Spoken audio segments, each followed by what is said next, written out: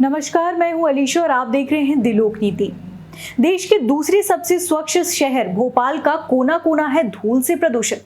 लाल घाटी और कोलार की हालत सबसे खराब। भोपाल राजधानी का नाम जहां देश के सबसे स्वच्छ शहरों में दूसरे नंबर पर लिया जाता है, तो वहीं आपको ये जानकर हैरानी होगी कि भोपाल का कोई भी ऐसा कोना नहीं है जो धूल से प्रदूषित ना हो। जी हां, और पूरी राजधानी में लाल घाटी और कोलार की हालत तो बेहद खराब है, इतनी ज्यादा कि ये सबसे प्रदूषित क्षेत्र में मापे गए हैं।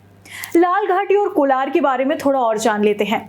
राजधानी में लाल घाटी और कोलार रोड इलाका सबसे ज्यादा प्रदूषित इलाका है। यहाँ बारीकी धूल के कण होने से हालत चिंताजनक है।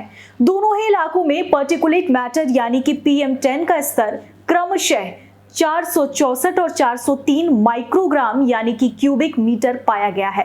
सोमवार को जनता की लैब की ओर से राजधानी के 13 हाई ट्रैफिक मोबिलिटी वाले इलाके की रैंडम एयर क्वालिटी की सैंपलिंग की गई। शाम के वक्त यानी कि 3:45 और 6:20 के बीच की गई इस सैंपलिंग में सभी जगह की हवा प्रदूषित पाई गई। किसी भी स्थान पर वायु गुणवत्ता केंद्रीय प्रदूषण नियंत्रण बोर्ड के निर्धारित मानकों की स्वीकार्य अधिकतम मात्रा से कम नहीं थी।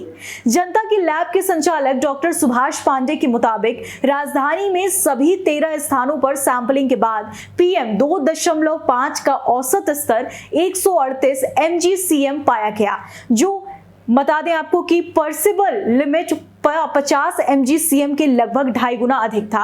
वहीं PM10 का औसत स्तर 246 mgcm मिला।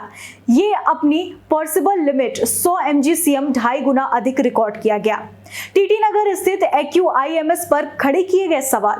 पांडे ने टीटी नगर स्थित केंद्रीय प्रदूषण नियंत्रण बोर्ड की ओर से स्थापित continuous ambient air quality monitoring system पर भी सवाल उठाए हैं। यहाँ ऑनलाइन डिस्प्ले बोर्ड पर दिखाए जा रहे प्रदूषण के आंकड़े लाइव होने के बजाय 24 घंटे का औसत निकाल कर दिखाए जा रहे। इतना ही नहीं, CAQMS को CSP ऑफिस पर छत पर लगाया गया, जो जमीन से 40 फीट ऊंचाई पर है, जबकि इंसान धरती से सिर्फ 10 फीट की ऊंचाई के बीच मौजूद हवा में सांस लेते हैं। इस कारण सिस्टम उस हवा की गुणवत्ता सही से नहीं माप सकता जो आम आदमी के स्वास्थ्य को प्रभावित करती है। तो इसी वजह से टीटी नगर में स्थित जो एयर क्वालिटी का मापन है उस पर सवाल खड़े किए गए हैं।